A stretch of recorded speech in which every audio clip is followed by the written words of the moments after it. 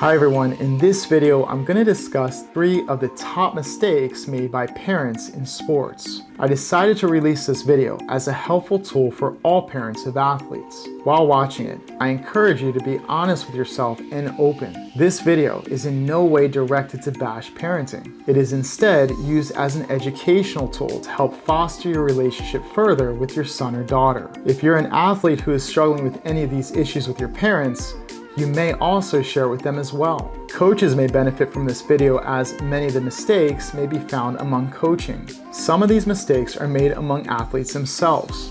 So if you're an athlete watching who has a positive relationship with your parent and coach, you may still benefit from this video, as you may discover some negative behaviors that you're imposing on yourself.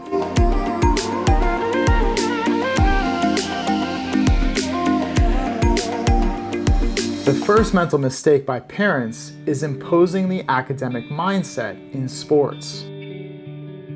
Many parents make the mistake of treating sports like school. In school, the path to success is far more linear. Most students receive a syllabus at the beginning of each quarter or semester. Every syllabus outlines the course requirements, along with due dates on specific assignments, tests, participation, homework, and more. As a result, students have a clear understanding of what is required in order to earn an A in class. Mistakes are punished in school. Therefore, students must aspire for perfection-like results. Unfortunately, in sports, results are not mapped out clearly. There isn't a syllabus, and mistakes are necessary in order to achieve future success. Also, athletes can train long hours, have superior workouts, and still underperform in competition. This harsh reality in sports is more similar to life, as in sports there are oftentimes far less controllables. That is why at SPMI I encourage parents to be supportive of their children in sports, because sports in many ways prepares young minds for the struggles of life more than in the school system. It's important for parents to reassure their son or daughter that failure and success in sports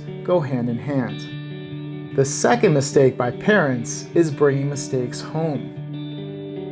A common struggle I see by many parents is knowing when to not discuss sports. When working with young athletes, they often discuss how uncomfortable being at home can be if they underperform in practice or competition, even pointing out specific moments such as discussions at the dinner table or even the car ride home. To improve this relationship, it's important to set strict guidelines of when you can have discussions with your son or daughter. In some cases, you may even refrain from discussing results altogether and instead focus on their effort and attitude. The third mistake by parents is living vicariously through your child in sports. This mistake may start with good intentions from the parent, wanting to spend more time with their child. However, the parent crosses a line when the relationship becomes obsessive. Parents who live vicariously through their child in sports may experience intense emotions, such as anger, frustration, or even embarrassment when their son or daughter underperforms. Other behaviors from the parent are an increase in analyzing results, underperformance punishment, and even telling your child how he or she should think during practice and competition. In sports, we often hear the term helicopter parent. This derives from the vicarious trap, where parents want to watch over every decision, game, and moment of their child. What parents do not see in these cases are the psychological damage that this behavior often has on their child in sports, as well as their own personal relationship. Many athletes who I work with who have parents who are over-involved in sports struggle with resentment and are found to lose more interest in their sport. In extreme cases, children may even rebel in their sports by self-sabotaging their own performance. This is done in a desperate attempt to get their parents' attention and look to resolve the uncomfortable relationship. In an even worse case scenario, athletes may quit the sport altogether. One solution to overcoming this trap is to set boundaries with the relationship you have with your child and their sport. You may even go on a sports involvement detox. This means that you may want to disconnect from your son or daughter's sport altogether for a period of at least 1 month.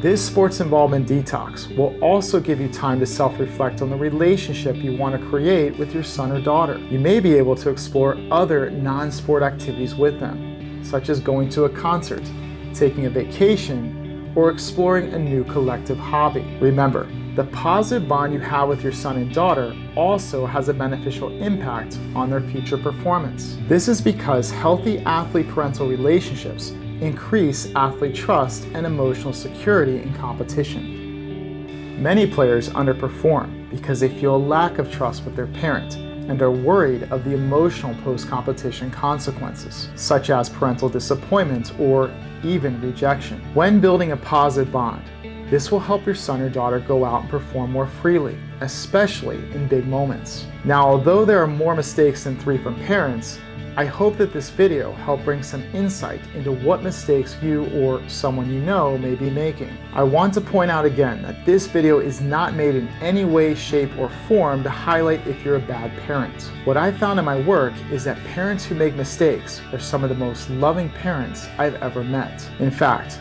emotions are simply a sign that you as a parent care. It's not about caring less, it's more about redirecting your love for your child in a healthier and more productive manner. If you found this video helpful, please like the video as it greatly helps out the channel.